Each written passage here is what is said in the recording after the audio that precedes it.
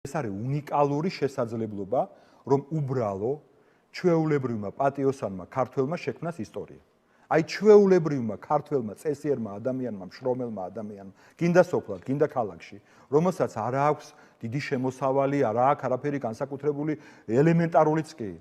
ასეთმა ადამიანმა საკუთარი სხეულით, საკუთარი გამბედაობით შექმნას საქართველოს ისტორია და მიიღოს მონაწილეობა იმ თავარ თარიღში, თავარ ისტორიულ მოვლენაში. ყოველ თქვენთაგან შეუძლია ეს გააკეთოს და ამით არის უნიკალური 4 ოქტომბერი. ყველაზე დიდი უნიკალურობა ამაშია. ოღონდ აქ უნდა ვახსენოთ აუცილებლად ინგა.